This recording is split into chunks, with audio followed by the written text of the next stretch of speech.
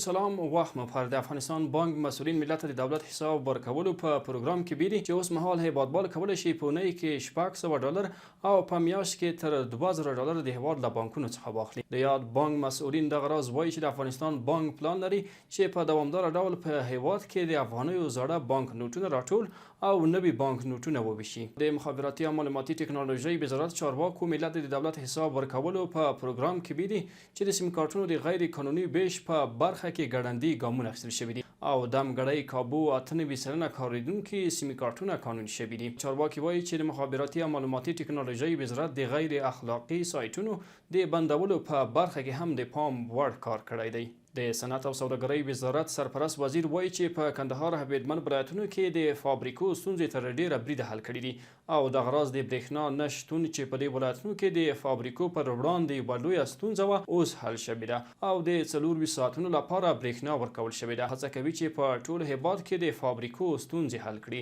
ایټالیا ته نږدې د کښتۍ ډوبېدو په پیښه کې لږ تر لږه 40 کډوال مړه شوي دي.